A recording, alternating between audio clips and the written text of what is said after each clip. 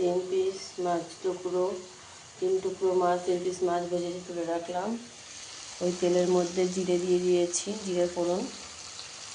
তেলের মধ্যে জিরে ফোড়ন দিয়ে একটা বাটিতে একটু হলুদ, লঙ্কা গুঁড়ো, জিরে গুঁড়ো, একটু আদা সব একটু জলের মধ্যে, আদা ঘষে জলের মধ্যে সব গুলে নিয়ে এই যে সুন্দর করে দেখো একটা মশলা।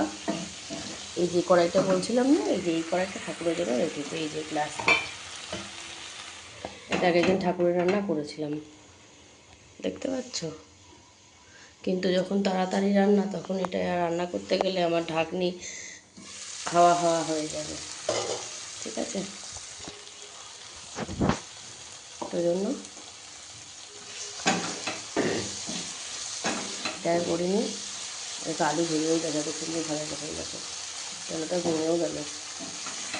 তো যাই হোক, মশলাটা একটু কষিয়ে, এই আলু আর পটল ভাজছিলাম তো, অন্যদিন ভাজাটা তুলে রাখি, রেখে তারপরে মশলাটা কষিয়ে দিই। আজকে না, ওই ভাজাটার মধ্যেই যে তেল ছিল, সেই তেলের মধ্যে হলুদ, লঙ্কা, জিরে কিন্তু একটু জলের মধ্যে গুলে আর একটু আদা ঘষে নিয়ে ভালো করে মশলাটাকে কষিয়ে নিয়েছি।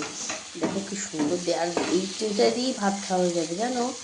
প্রত্যেকটা আলু সেদ্ধ হয়ে গেলে তো, সব আলু সেদ্ধ, এইটা দিয়েই ভাত খাওয়া হয়ে যাবে। এত সুন্দর হয়েছে এটা খেতে।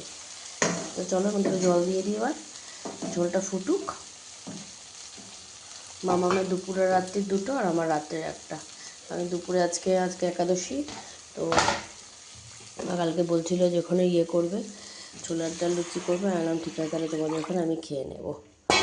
তো খেয়ে নেবো। মামাম সকাল 7টায় উঠেছে, উঠে সব পড়াশুনো করছে। পড়াশুনো করতে করতে সকালে একটু খাওয়িয়ে দিলাম।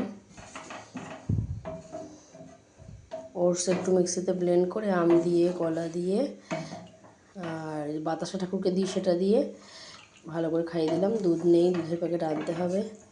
আমার শরীরের যে অবস্থা, আমিও বেরোতে পারছি না, তবে মনে হচ্ছে একটু আজকে বেরোতে হবে, দেখা যাক। এই যে ঝোল ফুটুক,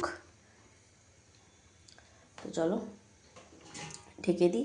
ঝোলটা একটু ফুটে গেলে 3টে মাছ দিয়ে রেখে নামিয়ে দেবো। আজকে গরম মশলা দেওয়া লাগবে, এত সুন্দর মশলাটা গন্ধ আসছে না।